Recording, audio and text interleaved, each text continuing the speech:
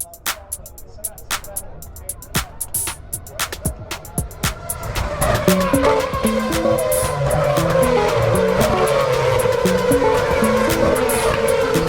and welcome back to the Grid Sisters podcast. My name is Lauren. My name's Tess. And I'm Will. And we're the Grid Look, Sisters. yeah.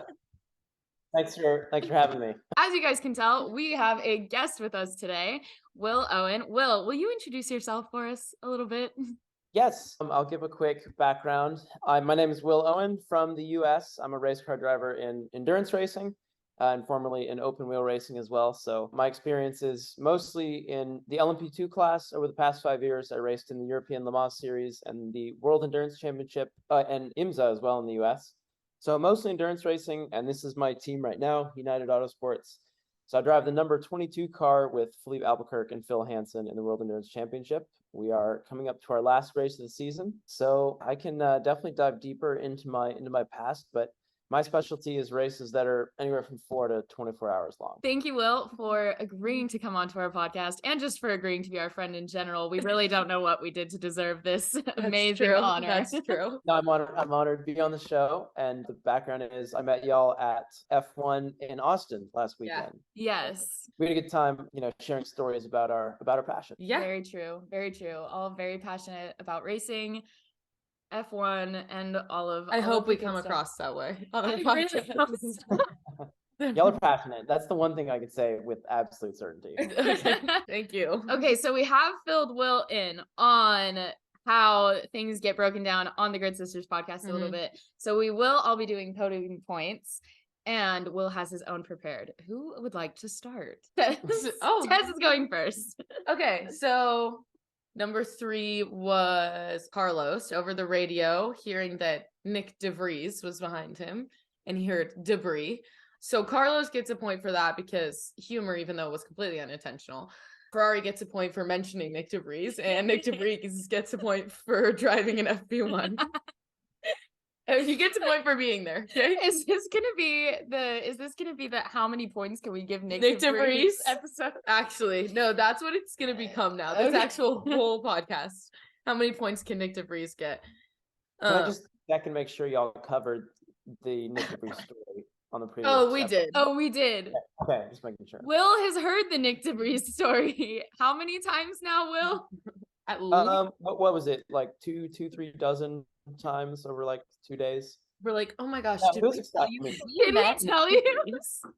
Super exciting, honestly. Oh, crazy. Yeah. So Nick DeVries gets a point just for existing and his name being mentioned. Also, Nick drove in Le Mans. Oh, yeah. Yeah, that's right.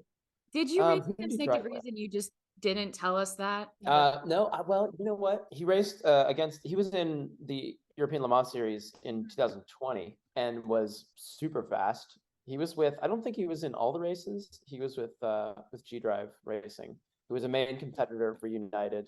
And so, yeah, he was very good. And I know a lot of times it was head-to-head with him and Felipe, my teammate, who's a sports car star. It was head-to-head in qualifying with them a lot of the time. So, Got it. I mean, that was my first impression of Nick. He was very, very fast, very good. Perfect.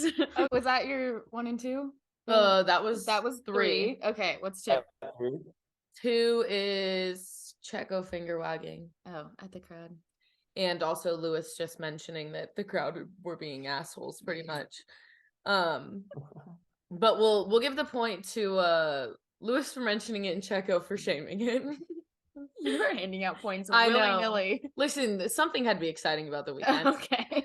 And obviously Daniel gets a point, and the hard part is I would like to give it to McLaren because the car worked this weekend at least. Yeah. But it didn't the weekend before even a little bit, so I have a hard time giving it to McLaren. You still have to give it to McLaren. It has to be kind of blank slated every week. I know. Okay, so Daniel for his unfortunate, terrible driving yeet to Yuki, but that's not why he gets the point. It's what happened after that's why he gets the point. I'm wearing my jersey. It made it quite entertaining. Wearing my Daniel Ricciardo jersey. I didn't know that's a Daniel Ricciardo jersey. I didn't know he. Oh, don't worry. She's gonna. Ricardo, yeah, he really. Oh, Ricciardo. Ricciardo. Yeah, he really wants to play on like an NCAA football team or something, or I don't know. Oh yeah. For Be great. sure. He's the Okay. most American Australian that ever existed. Will's podium points. Well, I took it super seriously and super on track. So well, I mean, which is surprising. 'Cause not Sometimes that we much do. happened. Sometimes we don't. Sometimes they're serious, but- sometimes they aren't. I mean, like, I don't know. The drama with the fans is always important and a hot point for Lewis. I want to talk about my third place was Lewis actually saying something I've never heard him say on the radio in my entire life. He quickly corrected himself later in the race, but early in the race, he was on medium tires and he said, "Guys, these tires are actually pretty good," or something along those lines. I believe I have a meme that says You have a meme? evil Lewis and it says tires are good, Yeah, mate. tires are good, mate. Tires are actually good, mate. So I'm giving a point for just something different. Yeah. And We love something different. development. You wanted to Yeah. He shout out. reverted back to Character himself. development for Lewis. My tires Character are okay. development. mate. My Exactly. tires are okay, mate. That's my first one. And again, we all make it's 2 steps forward, 6 steps back. Or said these are the wrong tires or whatever. You should have listened to me. Or I don't know if that was this race, but anyway. So At the end, yeah. Both But him and George. if it's any consolation to Hamilton, it was both Lewis and George that They were didn't saying like the hard tire is to be shit. fair, they actually look bad. Those tires look bad. So it is fair. It is also But- hard from the perspective of your team being like, hey, just keep waiting. I promise you. I promise to win Red Bull's soon." tires are gonna start falling off, and they're like, Yeah, just like when? They're it's like, coming. really? Because he seems pretty Come on. fast. And at some point you're like, I don't see the Red Bull ahead of me. Like, when am I gonna Like- see him? Even if they do start falling off, I don't know that I'm gonna catch up in time. Yeah. There's only 6 laps left. You know Yeah. that, right? Okay, Yeah, so what that did was we number do? 3. See, number 2 is a tough one because I don't ever want to give a pity point or anything, but Ricardo did have I guess it was his best race, or it was a better race this year. So it's not a pity. It's definitely not pity. He had a great race, but I'm like, say something nice, Will. no, he had a great race. He had some good moves, but what stole this from being my number 1 was an awful move on Yuki that was uncommitted and poorly timed, and extremely lucky that he did not further damage anything. That was I want to hear your analysis on this because obviously we've never driven a race car. You have. We can only say so much about how we think an incident happened or what happened. So let me give you from memory what it is. You just need to be alongside somebody by the time you get to the apex all the way. I don't remember what the official rules are. They're getting more specific with the actual wording of the rules. I think you have to be at least like your wheels have to be aligned. Wheels have to be aligned going into a corner for them to have a reason to give up the apex of the corner. What is it for them to? You have way more y'all have way more knowledge on the actual rules than I do. Hey, I told you we read the FIA rulebook for fun. Well, I do. Actually it's incredible and extremely valuable from I don't know. Yeah, the problem is where Ricardo was, he looked and when they both braked, he got a little closer. And there was a moment where he should have made the judgment call, I'm not close enough. Because the problem is it's such a slow corner that there's not a big enough change in speed to really get all that distance. So it was like, I mean, I'm kind of speaking from memory because I'm not pulling up the video, but he couldn't actually gain all the distance he needed without basically driving into the grass or on the curb and doing something wild. So would have been better than hitting him. Better. It would have been better. But it would have been, if you do that and you hit your car in the center of the curb, it's bad news. So he had a moment he could have made the right judgment call, and for whatever reason he made a non-committed move. And that's, you either are going to commit and just send it, hey, last lap of the last race in the championship, sure, but it was just not committed enough, and he sort of went in halfway. And that's always when the incident happens, is when the driver in front doesn't see you because you're not far enough alongside, and the driver behind has nowhere to go. And it's the driver behind's fault in that case, in almost every case. So not all cases. A penalty for it. So 10 seconds, though it didn't matter. It wasn't a served penalty. I'm almost kind of glad because I feel like we just saw beast mode Danny Rick just come out of the If way. it was a served penalty, like in the pit or anything, I think it would have been an entirely different race, full of disappointment and pain. It's total Absolutely. pain. Spain without. I mean, Beast Mode Ricardo is one of the best. So yeah, he's so fun to watch once he gets Yeah. into that mode. I feel like we haven't seen him for the past 2 years though, because he just hasn't gotten on with this There have car only at been all. a couple times. It's hard for me. All I want is for him to have a seat, and the problem is knowing that he doesn't deserve it right now. You know? Yeah, that is a difficult thing to come to terms with. I would agree. Yeah. Okay, what's So your cool. number one, Will? My number one is this is a really fun race. Like I love the sounding like Lewis, but I love the fans. Like I love the energy at this race. And Yeah. so my number one was Checo passing George Russell at the start. Out of it was really turn 3, I guess. And it wasn't like the most incredible move ever or anything, but it on the start, it's hard to time things right. And I thought he did a good job of getting a decent run on George and driving around the outside and keeping on the track. And I just thought that was like the moment of the whole first lap that was impactful for me. Yeah. You know, I was all about Checo. I was and looking at it going, wow, Lewis Hamilton Yeah. really stabbed George in the back there. Oh yeah. Yeah, he kind of did. Yeah, he kind of did, and he was vulnerable, but I was all for forward Checo Look, movement. I will be honest. If there's one time when George has to be sacrificed in order for Checo to have a good overtake, I would hope it's Mexico. At the home race. Yeah. I would agree with that too. Okay, my number 3 was the mariachi theme music, which doesn't technically involve a single driver except for when they play it over the entire driver intro. So we're not giving anyone a point for that, we cannot give everybody a point. I'm running out of room on the podium points. We're getting stressed here. My second one was Nick DeVries' goodbye message to Mercedes, because I'm sure it will be bittersweet. He said something about, like the past 3 years have been amazing. Mm-hmm. And they're like, we wish you all the best in Yeah. your future Could you endeavors. reenact it? Like, could you reenact what it sounded like? Since you know Nick so well. Since we know him personally. Yeah, you know him personally. Y'all went. We know him personally. We're great y'all got- friends. yeah, we're really good friends. Or something the other day. Yeah, I don't know. I actually know exactly what his voice sounds like. Yeah, in person. You did a great impression. Yeah. Yes, it was very cute. And then my first place was Max breaking the amount of wins record in a season. With 14, he beat Michael Schumacher and Sebastian Vettel after he tied it last week in Austin. I'm actually kind of excited for it, but he did bring up a good point too in a post-race interview that as they add more races, it's only going to become easier to win more races in a season. But I also don't think that should invalidate the absolute dominance that Max and Red Bull have. Were we having this conversation already, or were we having this conversation on the last podcast when we said that Red Bull, without a doubt, was so dominant this year that they deserved both the drivers and the constructors championship? That's what we were saying, and I stand by it. I think that you can't. It's a level of dominance that we haven't seen since Mercedes. Yeah, and I just think, I don't know. Fernando Alonso said something cheeky though. Of course, Fernando Alonso did. Fernando Alonso is the king of a cheeky. He hates Lewis Hamilton. Spicy right now. Hates Lewis Hamilton. He is a spiky guy. He's a spicy Spaniard. He's like Carlos Sainz, but older and bitter. and having done a lot of laps in slow cars. Yeah. Yes. Very, very, very many. He basically said that Max's championships, his 2, mean more than Lewis's 7, because Lewis competed against his own teammate, whereas Max competed against other teams and multiple people.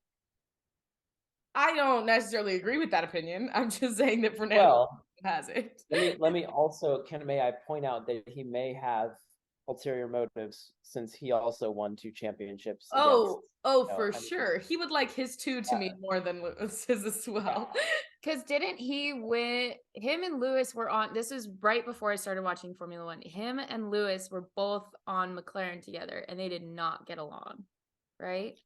I think that's right. And my F1 history knowledge is not very good. But I wish I had Sebastian Vettel's brain of F1 history knowledge. Seriously.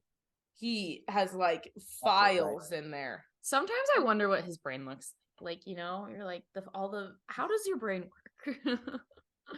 That's true. I always think about what other people's brains look like. I wonder, because I know Sebastian's involves a lot of seafoam green and turtles and I feel like rainforest. it's which is like fantastic. super naturey, but with file cabinets I or could see like that. and libraries, like shelves. Yeah. Like I feel like that's It's like what it a rainforest with like a big like TV on like a rollaway stand that's playing like archive F1 races, you know? So next we're gonna get into race weekend recap. This is essentially where we do a small play-by-play of just the highlights that happen in every session of the weekend. But if you have commentary or want to talk about something, interject, speak up, let us know. Okay. So FP1, we had more rookie runs in this session. So we had a lot of rookies in for FP1 of this session. And I always wonder why they choose Mexico, because Mexico is so difficult as far as like engine and brake concerns. The higher altitude in Mexico means that you need a lot of downforce, but because the air density at the higher altitude generates less downforce,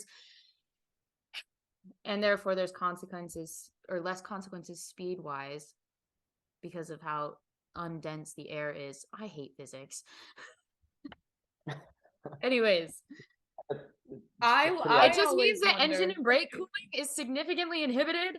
And because of this, it's like you have a lot more issues with that. So why would you want an unexperienced driver in the car for FP1? Always ends up just being like in their mind, there are specific races that feel more important for teams to like win or get more data on. Exactly. And so I think in that term, they are always going to have their drivers driving in FP1 for those races. So I think it just ends up being like lumped. Like people are like, Mexico, like Austin, or like in Texas, which is crazy because Texas is like a complicated track. I feel like watching with like elevation and all of the turns and blah, blah. It's like, it's whatever. So I can add one thing there is like the driver perspective sort of is like, if you're going into an FP1 session with the team, you are automatically trusted. Like part of it is, hey, we're trusting you to get in our car at a challenging track. Like it shouldn't be a factor. If you're going to be a future F1 driver, like you should jump in anytime and be fast. That's the expectation. Yeah. So hopefully, and if you fail in like a tough environment, like it will be in real life, then hey, that's pretty good data for the team about like whether or not you're cut out for it. So I think it's beneficial to throw people into the deep end. And also I think just the function of it being late in the season and being, hey, let's develop stuff. Let's develop our parts and let's develop our drivers. You might as well throw everything at it, you know, and start investing in it. I will say it was really unfortunate because I don't know that there's a single rookie that was in that actually made it out of FP1 finishing their entire program. Even Nick DeVries had a issue with the nose cone. We also had Grumpy Gunter about the FIA withdrawal of penalties for Austin, or is in his words, inconsistencies. I don't think I've ever heard Gunter Steiner say the word inconsistency so many times. So obviously, orange and black flag for Checo. It's Kevin Magnussen's favorite flag. I know because he's gotten it so many times this season. They did not give it to Checo or Fernando Alonso, who received damage during the race in Austin. And Fernando Alonso had a significant amount of damage and came back in the race and finished in 6th. And Haas did not like that because they said, well, he had damage and you guys let him drive. But their thought process was, okay, so we'll punish Fernando Alonso because he drove. But it really is their fault that they didn't black and orange flag him. And so I think that that's where I agree. Like, I don't think Fernando deserves that the penalty is unfair. But also, how do you penalize the FIA? I don't know. The FIA won't penalize themselves. Does the FIA interfere in the WEC as well? Yeah, just a question. I cannot provide any commentary given that I'm an active WEC driver. No. I mean, I've not had any bad experiences. In fact, my major incident this year, the perpetrator, in my opinion, was given a penalty, a 1.5-minute penalty for what he did to me. So I am a fan of the FIA in the WEC, and the inconsistency, I don't know the details behind it. I think Fernando was definitely the team doesn't. It was safe to drive. I don't think it was safe for Fernando to be driving. I agree that it was missing a mirror. And I just feel like that in itself, no other damage, missing a mirror, unsafe. Yeah, you can't I know. Well, you maybe lose I don't so much know. track awareness. But as a driver, you have a general awareness of there's going to be cars around you, but sometimes you don't. It's a thing that happens from time to time, and I've had probably just over time 3 or 4 races where you lose a mirror, especially endurance races. And I mean, it's like it's annoying, but it's never really been like that's never been like a sort of critical component that you have to come in for. Like you would never pit to fix a mirror. Okay. So I feel like for me, the mirror it's more like the factor that it could generate debris that could hit, hit something. But it's also like his car took a significant whack. And I would be more concerned about some kind of unseen suspension damage that could come back to get you. So you actually saw it better than we did, right? From where you were sitting, like you saw the how collision. I wouldn't say I saw the car in the air, but I saw the immediate aftermath, and I was like, that was a big crash. Yeah. It was very close to a very big crash. But it was a very, very big crash. So I don't know, but going back to consistency, I don't know for sure. It does seem inconsistent, but there might be more like context to the rules that I don't know. Yeah, probably. I think we've just also had some consistency issues as far as the switching on and off of race directors with each race towards the beginning of the season until Japan. And now that we have the same race director going forward, I would be curious to know which race director all of those black and orange flags were under versus the race director we had in Austin, and see if there's an inconsistency there. Yeah, I also think that there's super specific rules that feel too specific at times. Yes. Where, like, take Pierre Gasly driving. Who was it? Lance Stroll off the road? Who did he drive off the road? Yeah. And instead of giving the position back, they decide to give him a time penalty, which understandable. But Pierre Gasly is up to, I don't know, 8 penalty points in the season. He's ridiculously close to it affecting next year's ability to drive, yes. right? Yeah, because yes. how many penalty points can you carry on your super license before you have an issue? Before you aren't allowed to race in certain races. I really don't know. I'm glad you don't know. Yes, we're glad you don't know, Will, because that means you probably don't have very many penalty points. I think I have 0 penalty points. I hope. I don't know. I've done. You've done nothing wrong. By doing questionable deeds on the track, but so yeah, I think in terms of that, in a lot of other situations, I feel like they would have been like, oh, he has to give that place back, and then that's all that it was.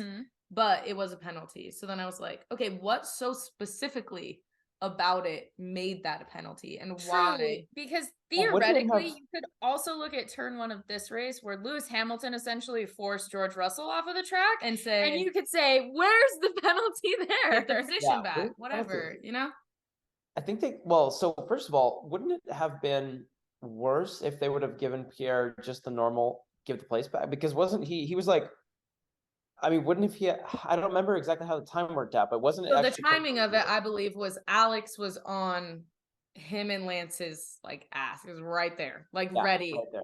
And then so if he had to give the position back, there was a big chance that Alex would have fought from behind, gone through.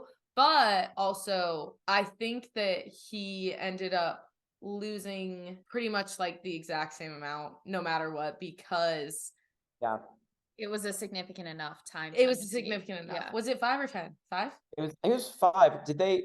I think it was 5 served in the pit. Yes. Oh no!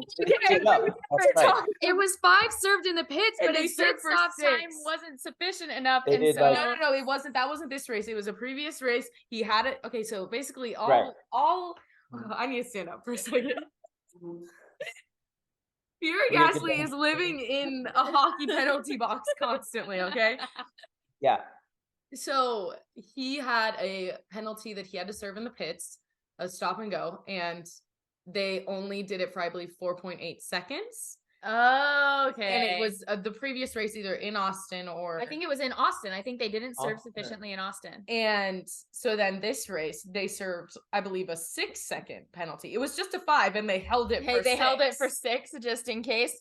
Okay, but so that is why we had the Pierre Gasly issue. That needed a refresher. Sometimes there's just so many things that happen that I just can't keep it all straight in my head. Even with a race like this, it's actually not boring at all at the end of the day. Like there is exactly. We're just used to like a lot of big stuff happening. So then when it's like they drove around and 2 people DNF'd, it's like, wow, only 2. Wow. What a boring race. Like we're a little bit spoiled now. Well, no, I think this is how it should be. I think this is the normal. But compared to the past, we're spoiled, Oh, for sure. I think there were probably years where there were a lot more races where this would have been exciting. Yeah, that's actually 2011 or whatever. yeah. Or was it 13? I don't know. There was one year where all I remember was Sebastian Vettel, and then one in Montreal it was like damp, and Jenson Button passed him on like the second to last. I don't remember, but that was I think I remember what you're talking about very, very vaguely. But you know what? But 2012, well, just going in the archives, like 2012, I'm pretty sure there was a different winner for like the first 6 or 7 races. So there was like some. But then it ended up. I love that kind of excitement though, where you're like, you don't know who's gonna win. I feel like right now, it's like at how this we point, really I'm thought like, Charles. okay, so how is Max Verstappen going to win this year or this race? Yeah. Right. No, my dream is Lewis wins this race because This next one, and isn't he like an honorary Brazilian? Yes, citizen they made him like an honorary Brazilian citizen. Be cool. I hope he wins. He was like, just on the quick preview mode for the next race. Last year when Lewis in Brazil, he kind of like I was like more rooting for Max because I was just like, oh, this is like something different and like Max is kind of cool. But Lewis's Brazil weekend totally changed my perspective, and I kind of lost some respect for the way that Max was driving it, and I was like, wow, this was incredible. You drove from dead last in one of the race. Wow. Okay. Quick, foreshadowing of. I actually kind of agree with that. Okay, so that was Grumpy Good. Then we had the Carlos DeVries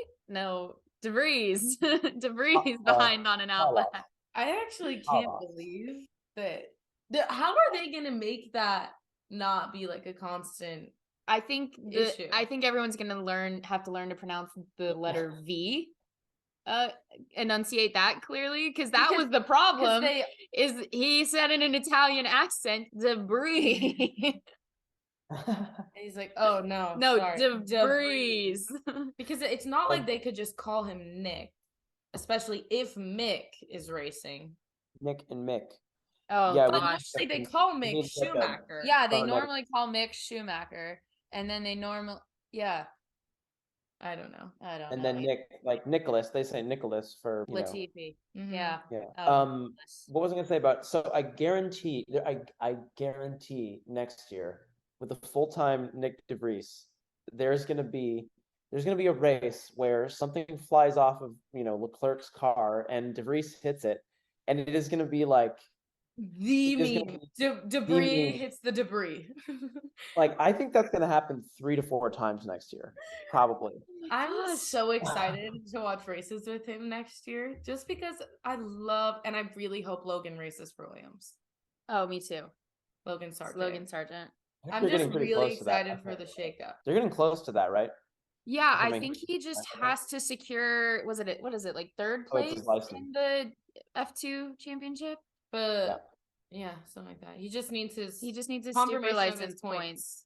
Good old super license points. We've had an entire conversation about that on this before. The super license points. Super license points. There's a lot. Oh yeah. It's so confusing. I feel like they make it so difficult on purpose. They also make it difficult for to get your super license specifically. Points. Yeah.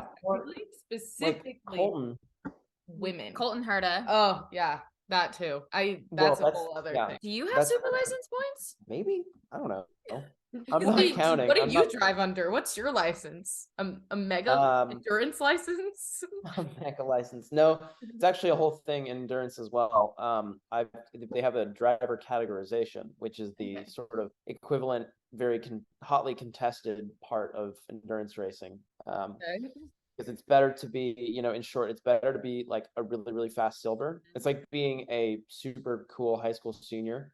Everybody wants to like hang out with you, but then once you get promoted to gold, you're a, college freshman. Bottom of the barrel college freshman figuring it out again against, the coolest in the biz. So that is my current predicament, is that I just was upgraded to gold last week. We're upgraded to gold, and so the appeal was up in the air.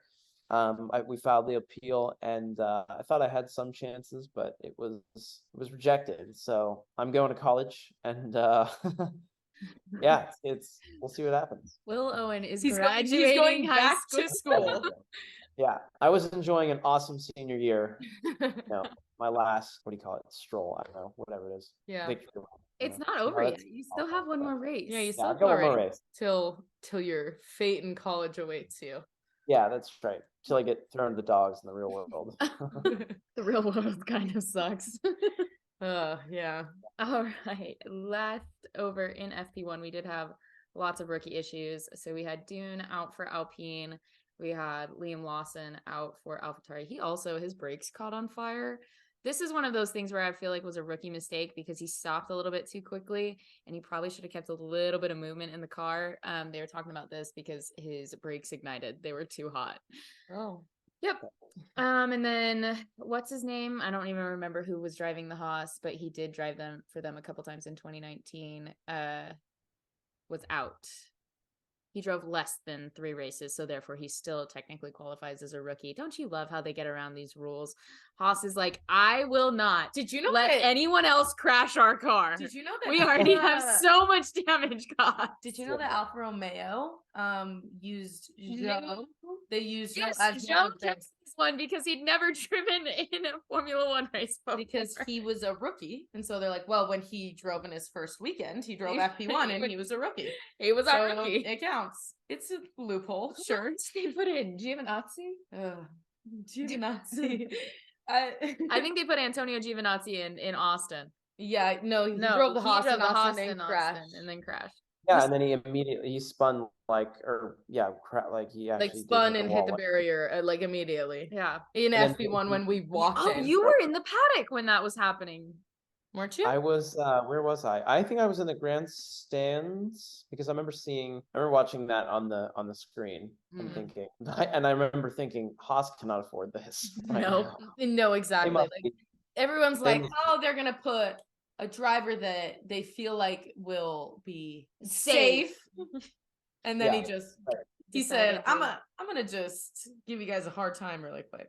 I'm gonna do exactly what you needed me not to today. Exactly. For FP2, we are going so slowly through this. I know. We had another Pirelli tire test, and I actually find these quite boring. I know some people like them, but I just find them so boring. And like, I don't feel like it's at all indicative of the weekend. Maybe it's a small preview into next year, but the teams aren't allowed to like make any changes to the car. So it's not really indicative of next year at all. Yeah. George also found had the same issues as everyone else had in FP1 where the track was slippery. Leclerc did put it into a barrier. He looked like he was ice skating through that turn and then just Yikes. Yeah. yeah, he took it like the entire back section out. I'm just tired of seeing red cars crash. He sounded so dejected over the radio. They're like, "Are you okay?" He's like, "Yeah, but the car isn't." I would be pretty bummed if because Leclerc, this is FP2, right? Hybrid session. So you don't know, I'd be pretty annoyed if I got stuck on a terrible tire on a super low grip track and then had a crash. Come on, y'all set me up to fail here, Absolutely. For sure. I mean, it was one thing I could say, the first thing I noticed, even in FP1, it was super slippery. It was crazy slippery, especially through that everywhere. section. I think this track just doesn't get used as consistently as a lot of the tracks in Europe do. And so they go out there and the track is like so green that they're like, okay, let's just go and rubber the track in for the first 3 sessions. But one of these sessions, we're actually doing a Pirelli tire test. And none of you are pushing to the limits. So it's not actually rubbering the track in very much at all. Charles Leclerc did actually still sign autographs on his way back into the pit, and there were people still trying to take pictures with him. We actually have a problem to talk about with Mexico. What was that? The drivers have all complained that security was not safe in the paddock in Mexico, and that they felt that their boundaries were crossed. Pierre Gasly's backpack was opened twice. People were pushing Carlos around, and a girl fell, and he had to help her get her up. People the driver and Daniel and Lando have both made statements. And Lando was swarmed. It was unsafe, the amount of fans that were just allowed to whatever. Interesting. So it was positive. Yeah. It sounds like it was that's happening right now. Mostly positive, it was mostly fans I think it was all positive attention. It's just overwhelming, and I don't know. I'd like to In- think that in the the drivers think of the excitement- paddock as like the one area where they're like, okay, I'm a little bit free. I don't have to worry about everyone in the world coming up to me and yelling at me and swarming me. And it maybe Like they is have to be just, able to like walk from their garage to like their to their car. like motorhome or whatever. And they, I mean, y'all saw the video that I took, right? I know. But there's a Surprisingly walkway well. for him there. People are padding, but they're like stepping aside. They're whatever. There's like a respect of space. There was no respect of self. It's surprising there were that many people in the area, like in the paddock. Like it's super strict. It's supposed to be super strict. So I don't know. That's interesting. I mean, it's so hard to get a paddock pass in the first place with how expensive they are. They price a vast majority of people out of the paddock pass. And then on top of that, it's difficult to like get credentials or get any of those other things that allow you into the paddock unless you're like supposed to be there. Yeah. And so I wonder if they just, I hope it doesn't have a negative effect on races coming or next year or whatever about fans being able to be in the paddock. But I do understand that for safety and just like respect and personal space, it was overboard. From there, Red Bull has decked out their garages already with the Constructors Champions 2022. They have put the stickers everywhere. They want everyone to know that they're the Constructors Champions for 2022. I would too. And look, Christian Horner cried on the pit wall, so yeah.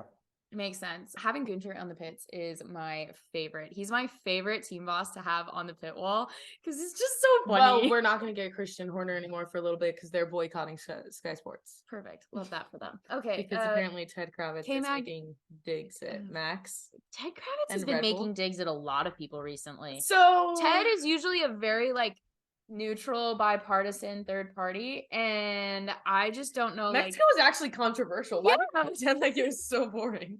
There's a lot happening. What's going on with? Yeah, they're getting more. Ted Kravitz was getting feisty in his interviews, which is so not like him. So Red Bull is boycotting Sky Sports for the time being. Interesting. Is Lando going to boycott him too after he? Oh, I don't know. K-Mag was confirmed to be taking a new power unit after the issues they had in FP1. So he did take a grid penalty. So this is where we're going to get into your experience with Latifi on the track. Latifi made a comment at one point where it was very apparent he was paying more attention to the weather than he was the track in front of him. He's literally looking at the sky, and all that went through my head was no wonder he runs into things. He's more preoccupied with what's going on in the sky. I would say super pretty. I don't know exactly. That's not really what it sounds like, but that made him sound so Canadian. Like it was like it wasn't even just the A, it was the accent. That was actually pretty good Canadian. Yeah, that was actually quite good. I'll give you that one. Okay. So Will, in a previous exchange, mentioned a run-in in his own racing career with Latifi, where Latifi has also managed to ruin Will's race. So Will, if you wouldn't mind walking us through that would be just you can great. Just do a baby explanation. Yeah, baby. Or you can go in depth. It's up to you. However how long we have. As long as you want. Well, it's a true. This is a true Goatifi story, but it's not. I'm not a Anyway, it is a Goatifi story though. This proves our hunch that he's been doing this forever and he has no business being where he is. I agree with that sentiment. I'm not going to go as far as condemning him to driving or not, but I will just tell you the facts and you can judge, where he deserves to be. Well, of course, because you're on the record. So this was 2015 it was called the Winterfest, the Road to Indy Pro Mazda Winterfest. I think it was called the Winter Series, whatever it is. It's basically like a couple races that warm you up before the full season. And we were in Barber Motorsports Park in Alabama in like February, and it was miserably it was disgustingly cold and rainy. It was like nearly sleeting. It was super cold and nasty, and it was raining. And in practice, like there was one practice where like a lot of guys didn't even go out, but Latifi was with a team that I would say it wasn't like a top quality team. So they sent him out. And at this point, like younger driver, I'm not putting full blame on Latifi for this. Like it's, his team probably sent him out.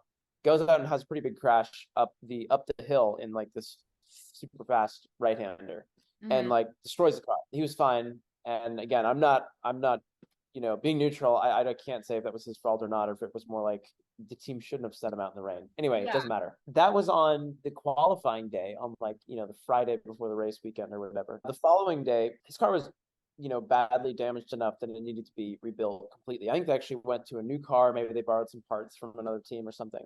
Oh, wow. So they scrambled to put it together. Okay. It's always risky, with smaller racing teams. You don't know exactly, you don't have all the spares planned out, for a non-championship race weekend. So we go into the race, and I am starting, I don't remember what happened, why I was starting near Latifi, which is I'm just gonna not acknowledge that part of the story, but I was behind Latifi. I'm not bad. I'll just jump straight to it. I was behind Latifi going down the back straight at Barber. We're going down into this like super fast downhill left, and then into sort of an uphill right. And Latifi's car, like on the back straight, starts, let's just say smoking. I don't know. It's just doing something weird. The engine is going boom. It's nearly going boom, and I'm starting to notice this. And as we go down into this fast left-hander, I see like, real proper flames like coming out of the car. And so I have like, a half a second to go, oh shit, his car's on fire, before he hits the brakes. Like, I mean, max braking in a super fast corner where you do not brake normally. And so he brakes, I hit him, and it spins him, and it sort of knocks me off the track too. So we both sort of like slide off the track.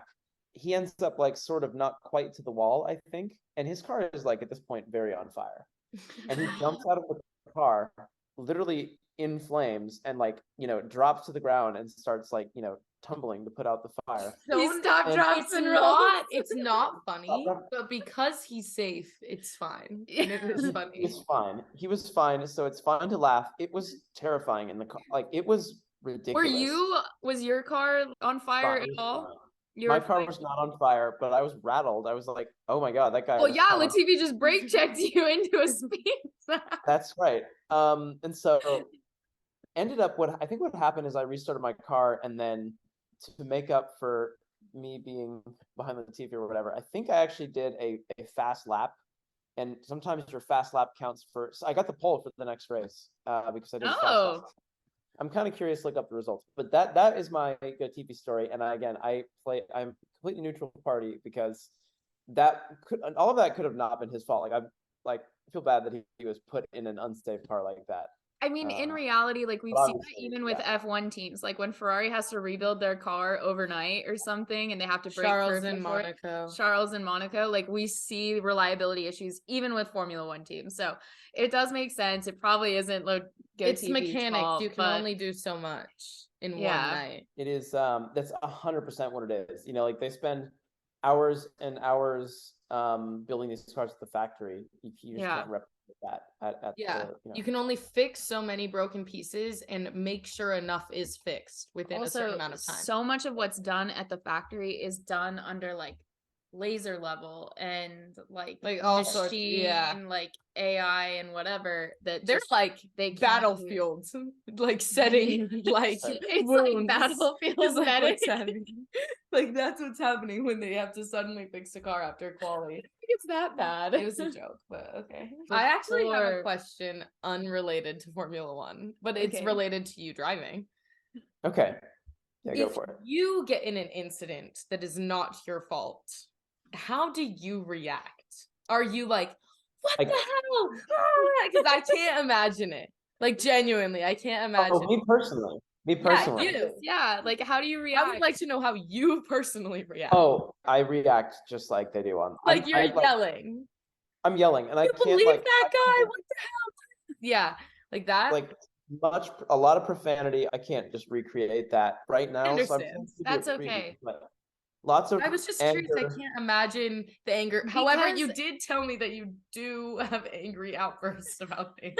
I have outbursts, especially. But like, let me just frame it by saying that when you're driving, when you're in the car, like it is like super annoying when drivers are like, just obnoxious on the radio complaining. But you also have to balance it with something that nobody else understands, which is that it is like quite literally a I want to say an almost biological fight or flight sort of mode. And like, you can't really help it. Like, you feel like people are trying to kill you. I mean, your life is changing. And so Sorry, that's not funny, but I just have never like thought about it described that way. Like everybody that's is trying to kill you in the car around you. It's kind of what your body is thinking, even if it's not actually true. And so I think when you're competing like that, it's normal to react so violently. And I can say I react as violently as anybody does, because it's just like part of being in the car. I was just Eventually you do learn to tame, like you do get better at that, at like taming that, but it's very hard when you're a young driver to like shut up and speak calmly, you know. That's why Yuki Tsunoda always sounds like a very small, angry Japanese man over the radio. Yeah, that's right. He's young. Yes, very young. We're like, me and Yuki are like the same age. No way. Yeah, like I think Yuki's like 21 or 22. He's currently 22. Yeah. Oh, yeah, He's 22 years old. I think so. Works out. Yeah. Maybe he can get car 23 next year. Just follow himself up. Actually, be kind of cool. Wait, is someone 23 right now? Alex is 23 or 24. You're right. Alex is 23. I'm pretty sure. I think Alex Albon is 23. Look at me. You're right. I'm very impressed. There you go. Wow. That's incredible. That's like I don't know where that impressive. came from, guys. Okay, and off we go. The one thing I will say left from just kind of FP2 is Mercedes and most of the other teams are running their high downforce package for the weekend. So similar to what they'd run in like Monaco or Zandvoort. Zhou Guanyu was out with hydraulic failure in FP2 as well. In FP3, George Russell had the fastest lap of the weekend thus far until qualifying when Verstappen stole that from him. Mercedes did look very good in FP3. Charles was very unhappy with his car, which goes back to what we were talking about earlier with when your car is rebuilt overnight very quickly. Sometimes you're just not happy with the way it's built. Checo was in P5. Mick had a spin through turn 10 and 11. That was lovely. Pierre was also ice skating around those turns. It was also Lance Stroll's 24th birthday on Saturday. Really quickly in qualifying, the people out in Q1 were Vettel, Mick, Stroll, Latifi, and Alex Albon. So essentially Aston Martin, Mick in the Haas, and then Williams. Then we had Q2. It was a great lap for Carlos. K-Mag was out, Joe was out, Gasly was out, Tsunoda was out, and Ricciardo was out. And then there were only 14 thousandths of a second separating the top four. In Q3, the crowd for Perez was absolutely insane during qualifying. Charles looked good, Carlos looked better. Perez was in first for a little while until Verstappen had a 1:17.947, which was the fastest lap of the weekend, I believe. Then Russell came in second. Hamilton hit track limits, but still managed to come in third. Sergio's lap was good, but not quite good enough, and he was fourth. All right, Verstappen got away well.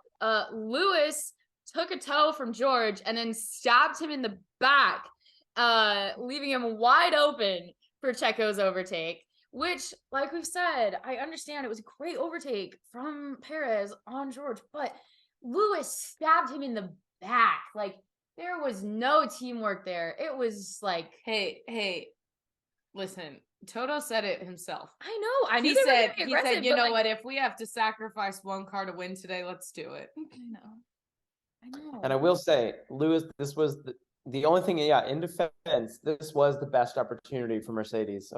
Besides, I mean, Coda was also a very good opportunity, but the pace gets closer at this race. So yeah, it's just unfortunate. Daniel Ricciardo, by the way, had started his attack and like the beast mode of this race before the incident with Tsunoda, because he already had started overtaking people. Gasly and Lance got nice and cheeky, and then there was another 5-second penalty for Pierre. That's the one that they served extra long for. Then, like you brought up, I thought we were getting more tire games from Lewis when he's like, no, my tires are good, mate. I'm like, nah, they're not, Lewis. They're terrible, aren't they? You hate them, right? Right? And then he switched to, these hard tires are absolutely the worst thing ever. You guys made a terrible decision. Change it now. My next note, for the record, is Lewis on the hard tire and absolutely hating it. And then George hating it. George hates it as well. And then affirmation with George. Yeah, absolutely. Esteban Ocon made a light work of overtaking Valtteri and then defended for his life during lap 42 before pulling away. The funniest part about the tires for Mercedes too was that they like Lewis kept being like, this tire is terrible, this tire is terrible, this tire is terrible. And Mercedes was like, there's supposed to be a drop-offs in the mediums. The mediums are gonna drop off. We promise. And the mediums never dropped off. It was a waiting game that they didn't have time to wait for. So then we hit the Ricardo and Sonoda incident. Daniel was not taking no for an answer on getting around Yuki, but unfortunately he did yeet Yuki into, he didn't yeet him into a wall, he just kind of nearly was close to the wall, but close. He did tear up his side. Luckily in Mexico, I feel like there's enough room, like runoff, like side room, where you have less chance of just immediately going into a wall. That is true. Charles would beg to differ, but that is true. At least it wasn't Baku. That's nice. Yeah. Baku was a nightmare. Oh my gosh. God. Lance Stroll hitting the wall and saying, "It's okay, guys, I can keep driving." Hits the wall again. Guys. Classic. Sonoda was out, and Danny Rick did have a 5-second 10-second time penalty. Thank you. That he did not have to sit and serve. It was just applied to his time at the end. We also had a great fight between Sebastian Vettel, Zhou Guanyu, and Pierre Gasly, all fighting for the exact same position. That was a great little one to take. Ricardo overtook Bottas, then Ricardo overtook Fernando, and then Ricardo overtook Ocon beautifully. Fernando was then out of the race and absolutely pissed. Bummer. Huge bummer. He said, yeah, there was a like a real, and then they did it in slow-mo. The slow-mo of it was even better. It's like the same as when like Max like kicked his tire. Yeah. It's like they look so small because they're just like very flailing. They're like Fernando is small. I know, but they just like look little when they have helmets on because it's like look kind of like. No, you're right. It kind of looks like little kids throwing a fit because like every time. Yeah, and then after that, Max broke the record for most wins in a season. Hamilton was second and Sergio was third. The crowd did boo Lewis Hamilton quite significantly while Checo waved his finger no at them. I can't believe he said something about it, actually. He was like, yeah, it's been a great weekend. Like, thanks to the fans, even though it's been super awkward because everybody's booing us. Like, I know. Also, Max. Can we talk about how awkward Max Verstappen like sitting on his car going up to the podium? Oh, wait, I have a meme of Checo. It's just his head. Like, just his head when he comes out. It's, hola. That podium's actually kind of sick. It's really cool. In the stadium? It's one of the coolest. Yeah. It's just funny to watch Max go sitting on his car. Max, though, I feel like any sort of PR thing or like, this is going to be cool, do this type of thing that someone from a marketing team has told him, he's just like, I don't know what to do with my hands. It's like when he had to sit on that throne in Japan. And he was like super awkward moments. Like, but it's not his fault. It's not his fault on that. Like, no, it's not his fault. Let me out of here, people. Like, why do you keep making me do this? I just want to drive my car really fast. Like, it looked like he was just trying to be like, like on his car, getting like lifted up. Yeah. As a race car driver, is PR your least favorite part? Ooh, that's a good question. It's not actually. There are many worse things. Bad PR, like, well, yes. Worn tires on a hot day is pretty awful. Generally speaking. That's worse than PR. That's worse than a good interview. Okay. That's how bad, if that gives you context for how bad worn tires are. Okay. No, perfect. That's what I needed to know, actually. Yeah. And is there anything else? Is there anything else? Anything else? Anything that has to do with meetings. Team meetings. Not a big fan of all that. You don't enjoy team meetings? Let me go like debriefs or no, like. I'm just kidding. Oh, okay. I was like, that's a I was critical like, part. as someone that works with a lot of data, I would have thought you would have loved those, but that's a critical part of the process. Yeah, and that's actually one of my favorite parts. Oh, okay. Very analytical. Yeah, that's right. That doesn't surprise me. Not surprised at all. Okay, bad PR. What were you saying about bad PR? Just have you had any? Yeah, I was gonna say, have you had any bad PR, Will? Oh, bad PR. Like I'm thinking like just annoying interviews or something, but I haven't really had any. I like a good interview where somebody asks good questions. I like to talk about racing. Mm-hmm. But So I do don't we. really. Perfect. Yeah, perfect. No I wonder don't you care said for. you'd do this. I don't care for social media, put it that way. I don't really post, the typical, You're not looking to do the Pierre Maybe- Gasly weekend photo dump? I could see you do like an actual photo dump where you're like, this is everything that happened. I do a photo dump. I think the photo dump limit is one of me. I think the Okay. rest of it should be like, okay, I can do one with only me. Let's say I post 10 photos. Maybe like the second picture, as you scroll, is me with my helmet, like a serious face. I don't agree know. with this. I'm me being like, I agree with this. You should check out my Instagram. It's all pictures of me. No, I'm just kidding. I don't know. I find it for drivers, I find it I kind of. understand. But I'm not knocking good social media because the sport it's getting way better about this. It's an important part. It's not that you don't appreciate the importance of social media. That's right. It's the that arrogance. you don't You're looking appreciate for some the authenticity. yeah. Yeah. But again, they're getting better and they're doing, some drivers are doing like good content. I mean, Lewis just put Yuki in his. He's like, oh, I posted my photo dump before Pierre, and then everyone's like, it's not a photo dump without Yuki. Didn't you know that? And so then his next one, he posted a picture of Yuki as like a baby in front of Lewis Hamilton's McLaren, like this. He's like, That's pretty little cool. baby Yuki. I'll show you. Yuki? I'll show Oh, That's good. you I have haven't to seen show that. us this. Oh my gosh, that is so. Oh my goodness, he's so cute. Oh my gosh. That's incredible. I know. Oh, Lewis posted that. That's And amazing. Yuki commented the baby and a peace sign and a laughing. That's quality content. That's the Yeah. quality I want. Like, this is the good stuff. Oh yeah. Can you That show is- me who's the worst with the photo dumps? Well, it's Certainly. our bestie, all of us that we know so personally, Pierre. Oh yeah, of course. Yeah, I don't know. I'm kind of curious to see. No. Oh, by the way, since this probably hasn't been introduced on the podcast yet, Will's met Pierre Gasly. How many times now? Just one or Just one, or you have a technically- photo with him? I do have a photo with him. Technically, I've met him twice. Okay. One of those times is that when he told you that Coda was still bumpy. Yes, that was at the race a couple weeks ago. The full That- story is, I can dive into the full story, but Oh, Tell us go the full ahead. story, Will. the full story is we did a track day together for somebody that wanted to rent Coda and have a good time and do some laps, and he Mhm. brought in some drivers. I was fortunate and lucky to be chosen for that gig as Still well. waiting for our hot laps with Will Owen. Yeah, I'd love to get Yeah, driven. that's right. Y'all want to provide the vehicles? Do we know McLaren 720 plus. It's too bad I don't own any race cars. Otherwise, you'd have an in. The other thing that we need to address is how good of a simulator coach you were, because I shaved so much time off my lap time with your help. I'm still waiting for 30 my sim seconds or training. something.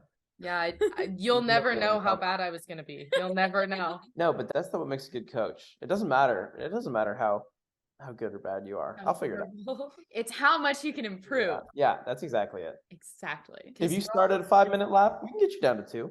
Yeah, well, so I started at 5 and got myself down to 2 minutes and 50 seconds, and then you Which got is- me down which to a is- minute and 40 seconds. 2:67. 250 is And- 3 minutes, Lauren. I hope you know that. That's 3 minutes. You stop that. We- I also didn't spin out once. Yeah, I guess. That was good. That's honestly what I was most happy about, was that I stopped spinning out, and I got really good at turn 11. Yes. Pop culture princess, let's go. Okay, so my favorite meme account on Instagram is F1 Troll. Well, I'm gonna have to look these up as we go. Oh, don't worry, I have them screenshotted, so I'll show you, but Lauren normally puts them in later. Which one of them are you taking out this weekend, George? And it's the selfie that he took with everybody at the press conference, the driver conference. Debris behind on an outlap. What? Debris? Yeah, that like genuinely was one of my favorite things that happened this weekend. When I saw that, I laughed out loud. I like cackled the first Listening time to the actual onboard though, it's even funnier I because know. it really did sound like debris. Verstappen, when he realizes Russell's starting behind him, ha ha ha, I'm in danger. Yeah, except for Lewis took him out. Me and Mariachi have one theme. Lauren. Crank it up to 11. Danny Rick without a 10-second penalty and Danny Rick with a 10-second penalty. It's soft SpongeBob and then like shredded SpongeBob. That's good. Eliminated an opponent, got a 10-second penalty, and still kept his 7th place. And it's Red Bull Danny doing a little pose.